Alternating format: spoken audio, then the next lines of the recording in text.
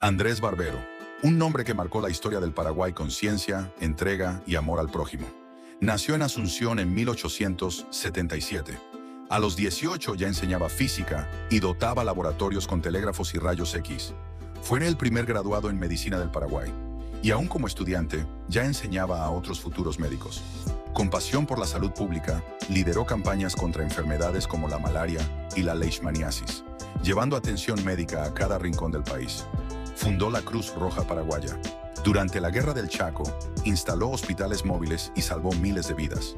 Impulsó la higiene en zonas rurales, más de 1.500 pozos de agua potable, 37.000 letrinas y comisiones médicas en todo el territorio. Siempre presente donde había necesidad. También asistió a Encarnación tras el ciclón de 1926. Fundó hogares para ancianos, escuelas técnicas, el Instituto del Cáncer y dejó su fortuna para crear la Fundación La Piedad. Se interesó profundamente por la cultura indígena, creando museos, asociaciones y colonias para su protección. En vida fue ministro, intendente, presidente de bancos y condecorado como Gran Oficial del Mérito. Pero su mayor logro fue ayudar sin pedir nada a cambio. Murió en 1951, pero su legado sigue vivo en cada rincón del Paraguay, donde su obra transformó vidas. Doctor Andrés Barbero, ciencia con alma, historia con corazón.